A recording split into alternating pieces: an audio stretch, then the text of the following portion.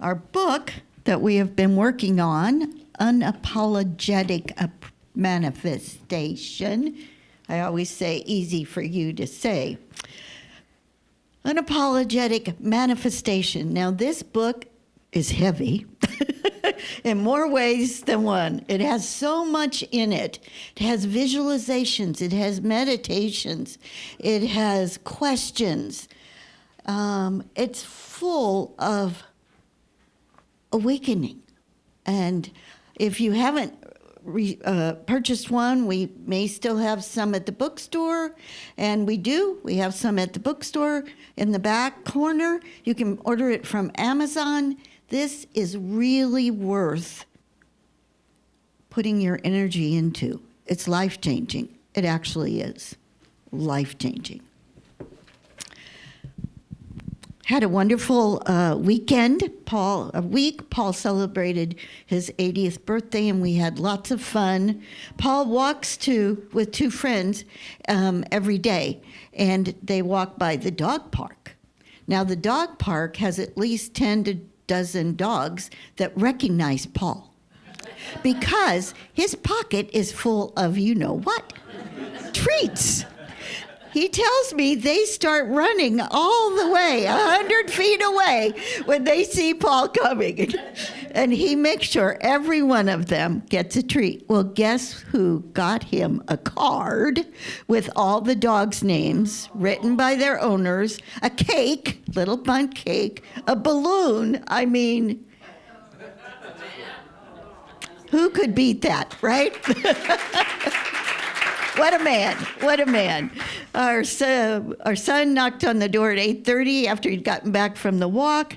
Hi, surprise. And then we had calls all day long. And so what a wonderful day we had. And yesterday got to be with my daughter and grandson.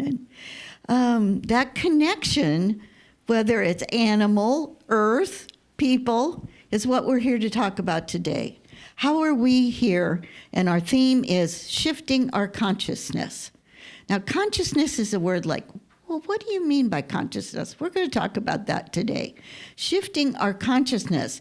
And that is really changing our mindset. It's some of the words Ed was reading about. Shifting our consciousness means I'm shifting my mindset.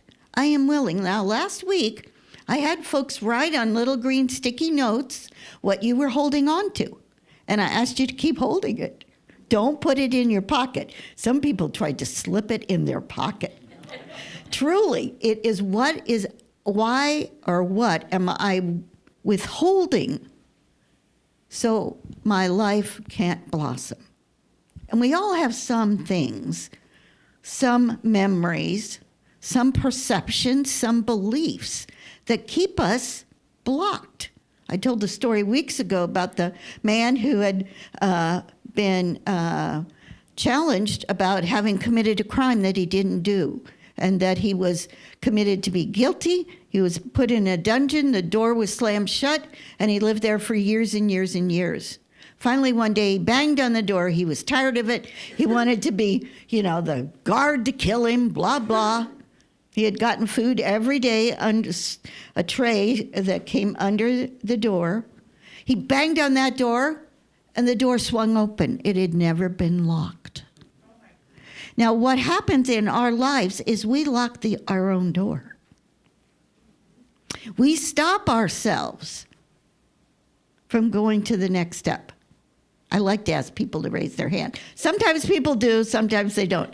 We lock our own door and don't go forward because of fear, because of the willingness not to forgive someone, an old memory, a hurt.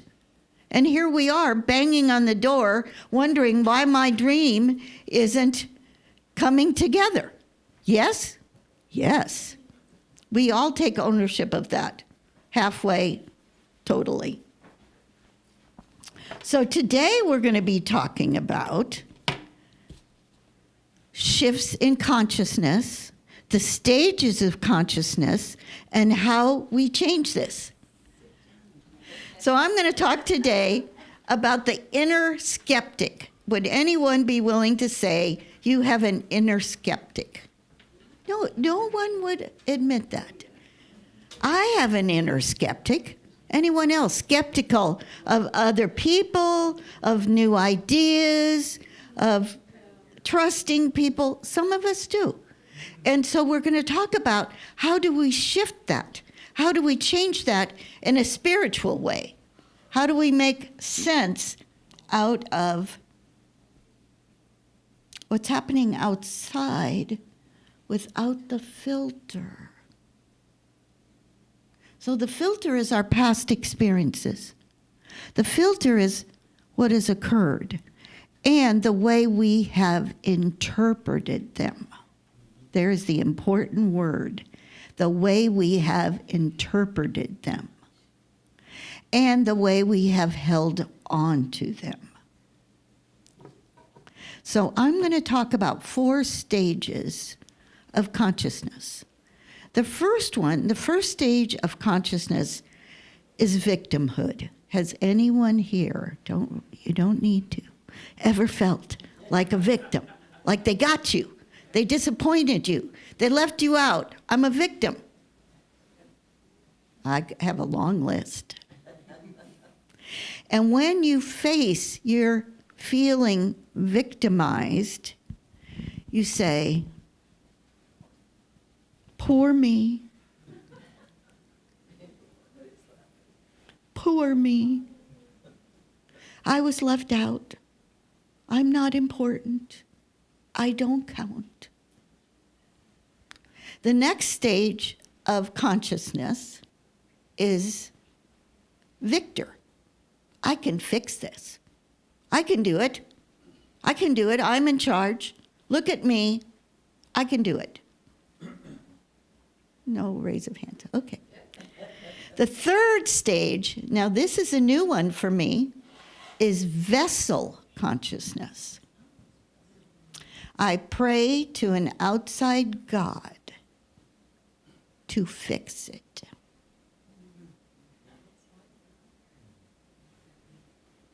I pray to an outside God to fix it. And I say, wow, well, things will get better. Fourth stage of consciousness is one presence, one power, moving in and through me, as me, moving beyond a belief in separation, and moving into the consciousness that I and the divine energy are one. So we all got those 4 stages of consciousness, and we are all familiar, yes, good friends maybe, with being a victim, with feeling like a victor. It's mine to do, it's mine to do, I'll fix it, and then disappointed when it doesn't work out. And then many of us were taught we were a vessel, and that we called on God, that we pleaded, begged God. And often it didn't turn out the way we thought it would. The ownership of saying, I am one with the infinite. This is what unity teaches. I am one with the infinite. The energy flows through me that changes lives, including my own. So just take a breath into that. The universe is moving in and through me. There's an energy field, we can't see it. It's there. It's like a bouncing ball. I can't find it. I can't see it. Where is it? It's in me. It's in you. It's in the ant, the bird, the cloud, the earth. It's in everything. It's divine energy. And science is showing us that we have the ability to move that energy. And when you feel drawn to do something or be something or say something, you are part of that energy. Now, how often do we say, deny that? Oh, I shouldn't say that. Oh, that's not mine to do. Anyone ever done that? I can lift both hands. The energy of the universe is aligned with us when we acknowledge it. It's a difference between asking and aligning. Asking and aligning. Perhaps you've heard that said over and over again, and you still scratch your head. Well, how do you align? How do you do that? Some of you will remember the story in the Bible. Now I'm telling this Bible story a la Victoria, so it may not be precise. I'd like to change it a little. And you remember that unity looks at the Bible metaphysically. We look for the hidden story, the inner message, the inner teaching. What is this for me? And every time I look at a Bible story, I see it differently because I'm different on that day. I'm in a different situation when I open to the prodigal son. Now, the prodigal son has been, by historians and Bible scholars, said that this is most 90% true that Jesus shared this story. And the prodigal son, and I'll just, it's not the mini series, it's the short story. The prodigal son, man had two sons. He had a young son and an elder son. The young son wanted to receive his inheritance, go to the city, and see what he could do with that inheritance. And he was going to start a business, and he was going to live the high life, and he had plans. You understand that? He had plans. And the father agrees, and he gives him the money, and the young man goes to the city. Now, the elder brother is angry. He's upset. Why do you give him his money and I have to stay here and work? And the father said, well, that's what you think you should do. The young son spends a couple years. His business doesn't prosper. He meets some women. He finds a place to hang out. He spends all his money. It's gone. He comes home. He's thinking, I'm going to go home. I'm going to go to my father. The father knowingly, now remember this is metaphysical, the father knowingly goes to the path, the road, where the young son will be coming home. And the young son sees his father, and he has a brand new robe, new consciousness. That's what that represents. The young son comes, bows at his father's feet. He puts the robe on him, puts his arm around him, and they walk in. Now the elder brother has got his hand on his hip, and he is upset. Why? He wasted our money. He wasted his time and his life. I worked hard, and he is going to get a celebration with a fatted calf and a new robe and welcomed home. And the father said, yes, yes, he is still my son. Now, what does that mean to us today, 2026? Well, Ken Daigle tells a story in the book, if you're reading the book at all. He and his partner had adopted I think he was in his teens, a teenager who had had a troubled life. He'd been in and out of foster homes, and they were trying to adopt a younger child. That wasn't happening, and so the door opened for there to adopt this teenager, Ken Daigle, the author of the book. They adopted him, they fixed a room for him, they built a relationship with him, and they felt things were pretty settled, and they went on a long trip. Well, they got a call from the police that their house had been broken into. They come back from their trip, stop it, and come home, and they see that the son had sold his large TV. He had sold the car they had just given him for his 18th birthday. And he had taken anything that was of value in their home and sold it. Now, here come the police. He's arrested, and they're in court. And Ken Daigle, who's a Unity minister, is sitting there thinking, oh my God, this is the story of the prodigal son.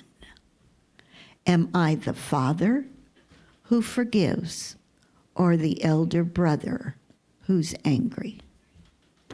And I'm just going to ask you a little question in your life. Are you the forgiving father, mother, or the elder brother? Now, as Ken goes on to say, he's sitting there in court. The judge goes ready to slam the gavel. I got it. It was out there. Gavel. And Ken raises his hand and he said, can I have time with you, Judge? And they go back into his chambers. He said, I don't want him to be prosecuted. Now, some of us might put our hands on our hips and say he need to learn a lesson. See this finger? That's my dad. You need to learn a lesson. That's my dad. What happens? They take him home. They buy him a new television. They redo his room. And they embrace him in love. Years later, they have adopted 2 more younger children. He's a part of their family and just is a gem in their lives. Powerful story. Powerful story. Now, we all make our own decisions. And you may or may not agree with that, and you may or may have not handled it that way. I'm not putting out that there's a right way or a wrong way. It's just an example of how we get caught, right? Nod your head. We get caught in not being able to forgive. So forgiveness is a whole part of the energy of shifting into oneness consciousness. We can't be holding on to a hurt, an anger, a disappointment, and be in oneness consciousness. Whew. Breathe with me. Just breathe with me for a minute. This is a big shift. Now I have a couple manifesting stories. Are you ready? Okay. So for a couple of weeks, I've been telling you, I got a postcard from Hoboken, New Jersey. You're a good audience. You don't think I did that on purpose, do you? Okay. Eileen Webster. Now, I've never gotten mail at Unity of Salem from New Jersey, and she writes this note about she's blessing the ministry, the minister, the board, about all the wonderful work we do and how Unity is changing lives with the agape love. What is the agape love? It's that love that doesn't have restrictions. It's that spiritual love. And she just goes on to bless us and bless our congregation. And I was just shocked to get a postcard, and it says, the Thank You Project. Now, I looked her up. I finally was so curious. Looked her up last night. Eileen Webster does live in New Jersey, and she tells her story on her website. She was in a point in her life where she was married to a man who was very disrespectful.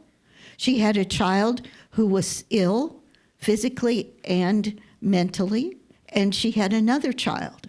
She was working 2 jobs because she was not getting any support from the husband. She was devastated. She was depressed. She could barely get up out of her bed every day. And she went to bed at 5 o'clock at night. She was ready to just give up. Felt there was nothing she could do. Now, she was a Unity student. The plot thickens. And she started thinking about how could she change this? How could she shift what she was thinking and how she was responding to life? She got the idea that she should start thanking people, that would shift the energy. So she started thanking people. She thanked the cleaners. She thanked her neighbor for watering her yard when she was gone. And then she thought, I'm going to write little notes. So she started writing notes. And then she got thank you notes back. And then she had a goal of writing 10,000 thank you notes. And she just kept writing and writing and writing. And she got happier and happier. She got a new job. She got a new place to... Now, this is a true story. She got a new place to live. Her children were doing better. She kept writing and writing and writing. And along the way, she realized something. Now, if you don't hear anything I say today, hear this. She realized what was changing in her is she was witnessing the good in the world. Very different way of looking at the word witnessing. She was witnessing the good in the world and putting an exclamation point and letting people know this is happening in your life. You are a witness to the good. So she began being asked to speak. She now has speaking engagements all over the country.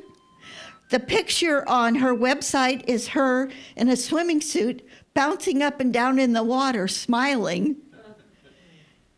And she's our teacher today. Witnessing the good.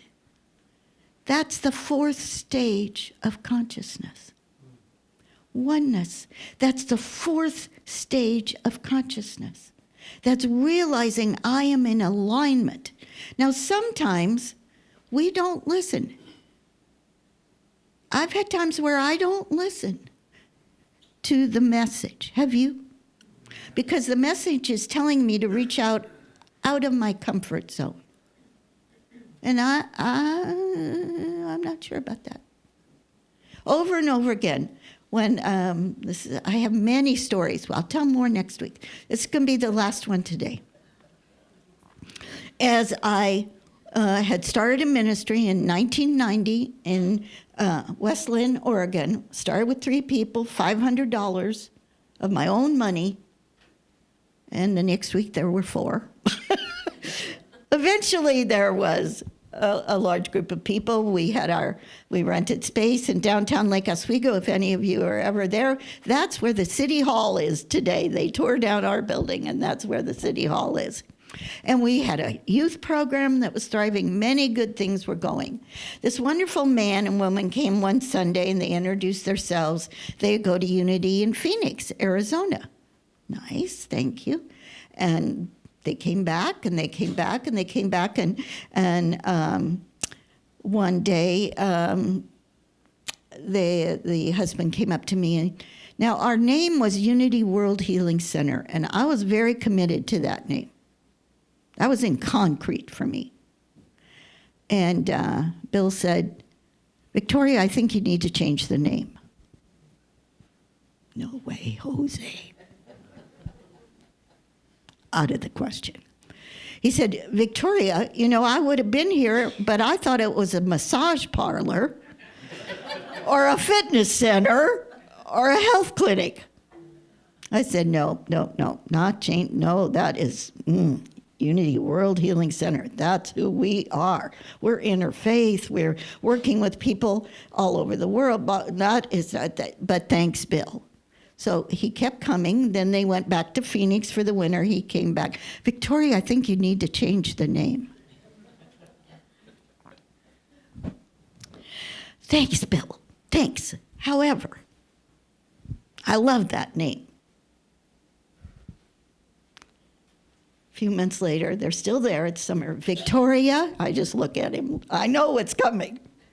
He said, I own a big company up and down the whole West Coast, and I know a little bit about marketing.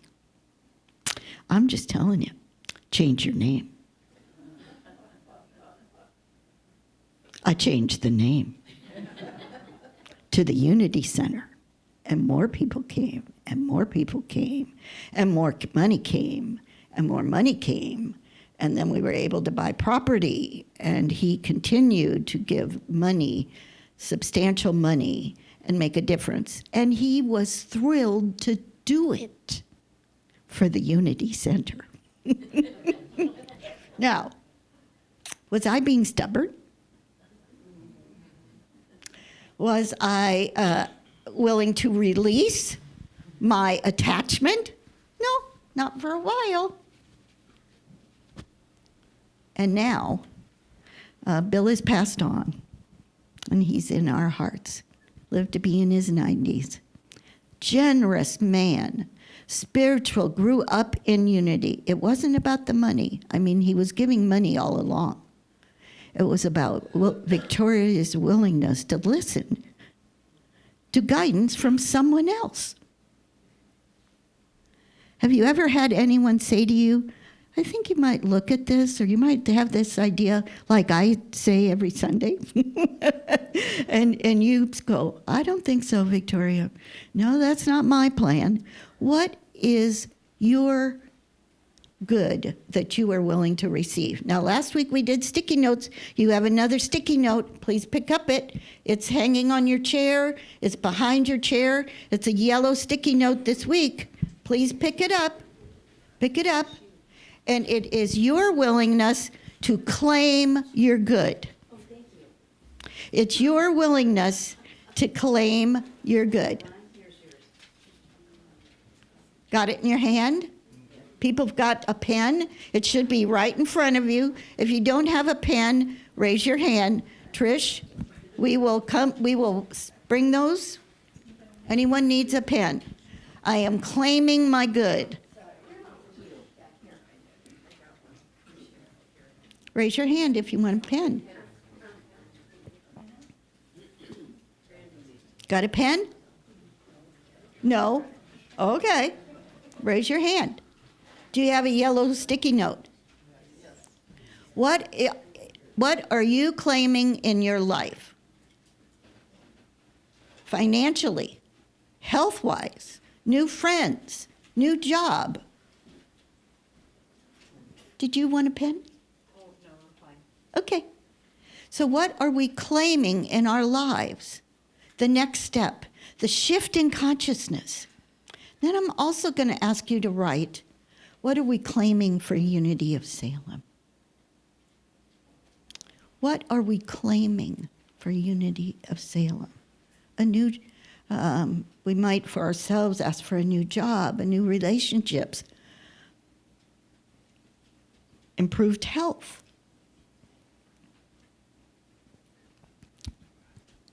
Financial abundance, always on my list. Because in order to bring it into form, we are aligning with the vibration in the universe. We call it God, we call it good, we call it spirit, we call it love. Some people call it Buddha, some people call it many things. It is the divine energy. And in order to draw that to us, we have to be aligned with the vibratory rate. It's science. And metaphysical. So breathe into that. We're going to go into our meditation.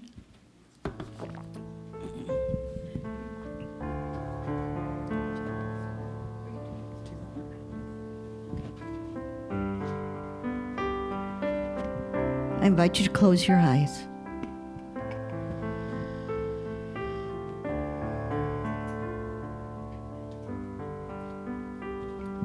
When you're finished writing. There is a garden, a beautiful garden. There is a garden where we all live. Yes, there is a garden, a beautiful garden. There is a garden where we all live.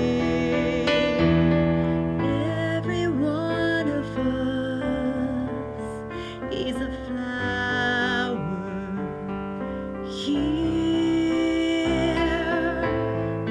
Every one of us, it's perfectly clear, bringing what we bring, you and I, gift of this life, into this one sky. Yes, here is a garden, a beautiful garden. Here is a garden in which we all live.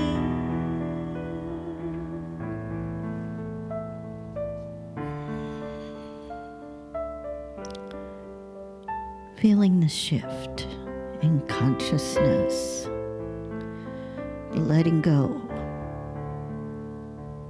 of victim, of being right, and aligning with the energy in you, the love in you, the wisdom.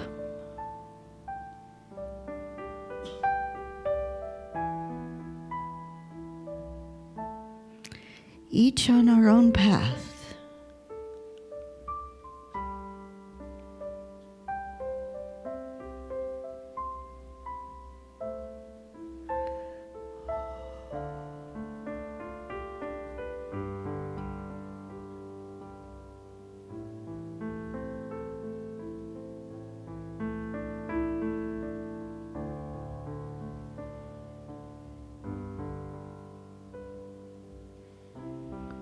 We are grateful for the moment when we breathe into and claim our next step. And the next step for unity of Salem. We align. We step forward with grace.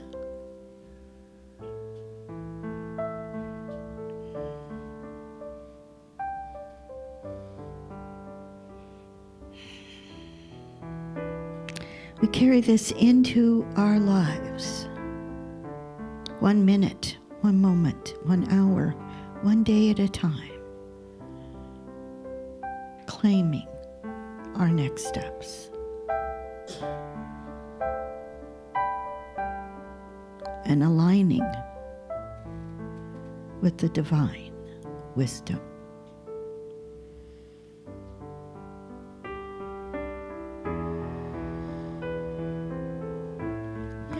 Never forget, let me always remember the beauty that we're here to share. Let me